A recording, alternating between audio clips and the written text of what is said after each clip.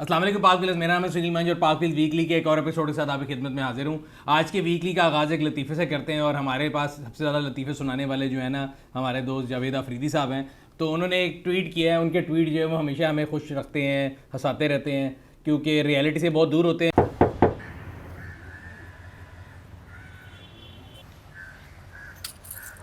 बड़े ने। ज्यादा नहीं दे दिए? अच्छा चलो दो कट कर लेने। हाँ, अच्छी प्राइस चाहिए हाँ भाई। तो अभी पाक व्हील्स पे ऐड लगाओ और गाड़ी बेचो बेस्ट प्राइस पे। तो लेटेस्ट ट्वीट जो उन्होंने किया, उन्होंने कहा है कि जी, और वो लोगों को टीज करते रहते हैं बेसिकली अपनी प्रोडक्ट के बारे में। पहले MG3 का बड़ा चर्चा था, काफ़ी लोगों ने पूछा था, तो मैंने उन्हें कहा था कि जी मेरे ख्याल से नहीं आ रही, बट वैसे ही just like to test waters. और अभी भी उन्होंने कहा है कि जी MG4 जो है फुल इलेक्ट्रिक गाड़ी, सोचें आप लाहौर से पेशावर मोटरवे पे जा रहे हो, 100% चार्ज 35 मिनट में हो जाती है और 490 किलोमीटर का जो फासला वो तय करती है। तो आप लाहौर से पेशावर जो है एक सिंगल चार्ज में जा रहे हो तो कैसा लगे। अब जब से ये उन्होंने ट्वीट किया है, वो तो ट्वीट कर देते हैं, शो को लगा देते हैं, मजाक कर देते हैं, लोग हमारे पीछे पड़ जाते हैं कि भाई बताएं। तो इसलिए मैंने कहा आज के जो वीकली का आगाज़ है इसी लतीफ़े से कर लेते हैं। तो मेरे ख्याल से अभी ये लतीफ़े से ज़्यादा कुछ नहीं है। जहाँ पे अभी MG की जो लोकल प्रोडक्शन है उसका अभी तक कोई नहीं पता कि कहाँ पे है पहुँची। हमने लास्ट जब उनका प्लांट विजिट किया था तो हमें ये पता लगा था कि अक्टूबर में जो है वो स्टार्ट हो जाएगी। Now we are sitting in December. अभी तक हमारी इन्फॉर्मेशन के मुताबिक उनको लाइसेंस नहीं मिला CKD प्रोडक्शन का। और जितनी मुल्क में ड्यूटियां लगी हुई हैं, इंपोर्ट के ऊपर बैन है, या जिस तरह हमारी डॉलर की परेशानियां चल रही हैं, तो अगर ये CB यूनिट लेके आना चाहते हैं वो वैसे फिजिबल नहीं रहेगा। तो मुझे लगता है कि ये जो न्यूज़ है ये एक लतीफ़े से ऊपर कुछ नहीं है। तो जो भी ये देख रहा है they can have a good laugh at it, but ये ख्वाब ज़रूर है, ये हकीकत अभी नहीं होने वाला। इलेक्ट्रिक गाड़ियों की बात हो रही है तो पिछले हफ्ते से एक जो है ना, बल्कि मैं पिछले वीकली में बोलना भूल गया था, मैं कराची में था और उस दिन ये खबर जो है आई थी और चल रही थी बात कि जी इलेक्ट्रिक गाड़ियों के ऊपर जो गवर्नमेंट ने RD लगाई थी, रेगुलेटरी ड्यूटी, वो जिस SRO के तहत लगाई थी वो 24 नवंबर को एक्सपायर हो रहा है और उसके बाद ये ड्यूटीज़ कम हो जाएंगी। तो मेरा ये ख्याल था कि गवर्नमेंट जाग रही है और जहाँ पे उनको इतना पता है कि इतनी बड़ी इंडस्ट्री जो ऑटो इंडस्ट्री की LC'याँ नहीं खोल रही, मुल्क में एक्सपोर्टर जो बैठे हुए हैं उनके लिए जो है डॉलर्स की अवेलेबिलिटी नहीं है। तो आई थिंक इलेक्ट्रिक गाड़ी के ऊपर ड्यूटी कम करना should be least of their priority, बल्कि वो पहले से तैयार होंगे कि जहाँ 24 तारीख को ये SRO ख़त्म हो तो उसी तारीख 25 को ये दोबारा इन प्लेस हो। बिकॉज यहाँ पे जितने लोग काम कर रहे होते हैं, जितने ये सियासतदान हैं या जितने ये पॉलिसी बनाने वाले हैं, ये बड़े तेज़ होते हैं। जब इन्हें असेंबली का इजलास करना होता है या तरीके अदमात आनी होती है तो इनको सब पता होता है कि जी कितने बज के कितने मिनट पे क्या करेंगे तो क्या होगा। तो मेरा ख्याल था इधर भी they will be smart enough, but to my surprise they were not smart enough. और यहाँ ऐसा था कि किसी को फेवर देनी थी। तो 24 तारीख को SRO ख़त्म हुआ और उसके बाद तकरीबन अगले दिन ऑडी ने भी और काफ़ी जो इलेक्ट्रिक गाड़ियाँ हैं, जो कि अगेन उनका लीगल राइट है, जब SRO ख़त्म हो गया तो लैंड ऑफ लॉ के मुताबिक पुरानी ड्यूटीज़ वापस आ गई। उन्होंने एडवर्टाइज़ किया कि जी हम इस प्राइस के ऊपर गाड़ियाँ बुक कर रहे हैं। बट मेरे से जब लोगों ने पूछा, मैंने कहा यार अभी गवर्नमेंट जाग जाएगी एक आधे दिन में और ये दोबारा SRO जो है नया SRO ले आएंगे और ड्यूटी फिर ऊपर चली जाएगी। और इस टाइम पे हमारे मुल्क की प्रायोरिटी ये नहीं है कि हम अशरफिया के लिए E-ट्रॉन्स मंगाएं या इलेक्ट्रिक गाड़ियाँ मंगाएं। इस टाइम पे और बड़े मसाइल चल रहे हैं। बट इस पे एक स्टोरी पीस हम हमारे व्लॉग पे भी मैं पढ़ रहा था, फिर हमारे दोस्त हैं अली खिजर, वो भी लिखते हैं, उन्होंने भी लिखा। बल्कि अली खिजर के साथ मैं सोच रहा हूँ एक भी व्लॉग भी करेंगे इसके ऊपर ताकि हम डिटेल जान सकें। तो हुआ ये है कि ये तकरीबन एक हफ्ते की विंडो थी जिसमें ये जो है ना नया SRO नहीं आया। फिर बातें होना शुरू हो गई कि जी नया SRO आने लगा है और कॉमर्स के जो है मिनिस्ट्री ऑफ कॉमर्स के अंदर इसके बारे में बातें हो रही हैं कि जी हम इसको जो है दोबारा रिवाइज़ कर देंगे। और स्टैंडिंग कमेटी है, सेनेट की है, पता नहीं पार्लियामेंट की, उसके सामने पेश किया जा रहा है बिल और इसको दोबारा रीइंस्टेट कर दिया जाएगा और यानी RD दोबारा लगा दी जाएगी। हमने भी ये देखा और हमने थोड़ा इन्वेस्टिगेटिव काम किया, थोड़ा और लोगों ने भी किया। तो चंद गाड़ियां हैं जो क्लियर हुई हैं इस कम ड्यूटी के विंडो के अंदर। अब वो किन की गाड़ियां हैं, वो इनको ये नवाजा गया, अगर नवाजा नहीं गया तो फिर जिनकी गाड़ी क्लियर की गई, ये मेरा ख्याल है नेग्लिजेंस है उस इंसान की। बिकॉज अगर मैं और आप आम बंदा जब इंपोर्ट करने जाता है कोई भी चीज़ और कस्टम की जब अप्रेजमेंट होती है तो कस्टम अफसर का मेन गोल ये होता है कि वो अपने रेवेन्यू को मैक्सिमाइज़ करे। That's what is KPI। तो इस केस में भी अगर कस्टम में बैठा था या मेरी गाड़ी आती थी तो वो हमेशा ये कहते थे हमें इसकी क्लैरिटी चाहिए। एक दो दिन लोगों ने पूछा कि जी अगर हम गाड़ी आज इलेक्ट्रिक गाड़ी क्लियर कराएं तो क्या वो कम ड्यूटी पे हो जाएगी। तो यही हमें सुनने को मिला कि नहीं जी इसकी क्लैरिटी चाहिए, जब क्लैरिटी आएगी उसके बाद ही डिसाइड किया जाएगा। बट अंदर खाते मैंने ये देखा है चुप चुपीते गाड़ियाँ निकली हैं। अब उनकी एग्जैक्ट नंबर क्या है उसके ऊपर हम इन्वेस्टिगेटिव काम कर रहे हैं, हम इंशाल्लाह आपके सामने जल्द लेके आएंगे। इस सिलसिले में हमारा ये हमेशा से आदत है कि हम दोनों फ्रीकैन से बात करते हैं। बिकॉज जो एक ट्वीट चल रही थी जिसमें लिखा गया था कि जी 12 जो E-ट्रॉन जो हैं वो निकली हैं और तकरीबन कोई ई-ट्रॉन GTs भी निकली हैं ऑडी की गाड़ी। तो हमने ऑडी वालों से कंसल्ट किया और ऑडी वालों से पूछा, उनका कहना ये है कि जी 21 नवंबर के बाद से कोई भी ऑडी जो है ना, 0 ई-ट्रॉन हैज़ बीन क्लियर्ड, ये ऑडी का ऑफिशियल वर्ड है।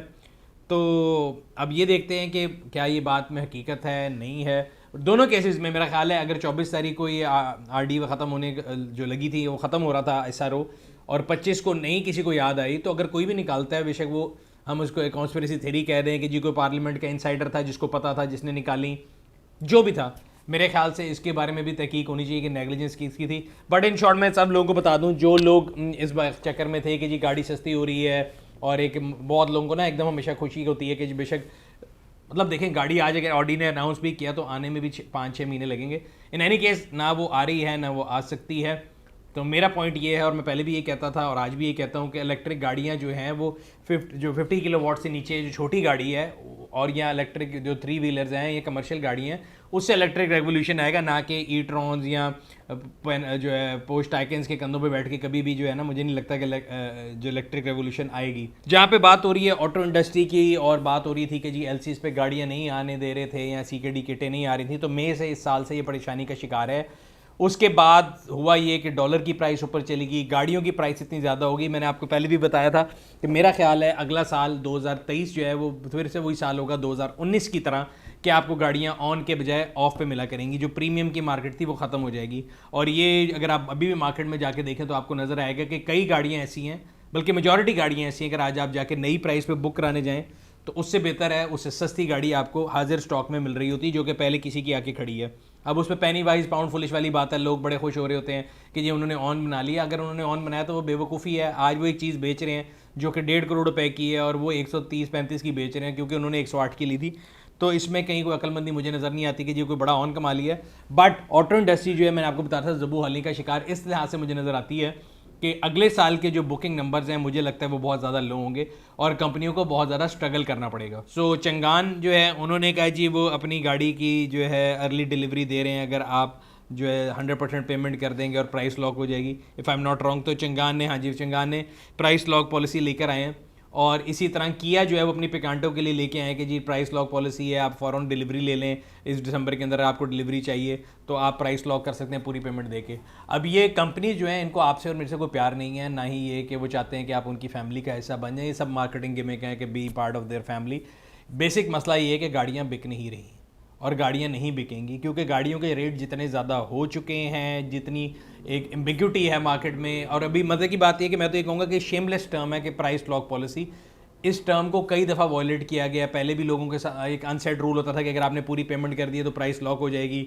फिर हमें पता लगा इस साल के शुरू में जब डॉलर बहुत ज़्यादा एकदम ऊपर गया कि जी फोर्स मेजोर हर कॉन्ट्रैक्ट में होता है। इन्हीं ऑटो मैन्युफैक्चरर ने हमें बताया कि जी फोर्स मेजोर होता क्या है। मेरे जैसे कई लोग जो देहाती लोग हैं जिनको फोर्स मेजोर का नहीं पता, उनको ये पता लगा जी फोर्स मेजोर ये होता है कि जब सब कुछ बुरा हो जाता है तो फिर हर बुरी चीज़ हो सकती है पॉसिबल।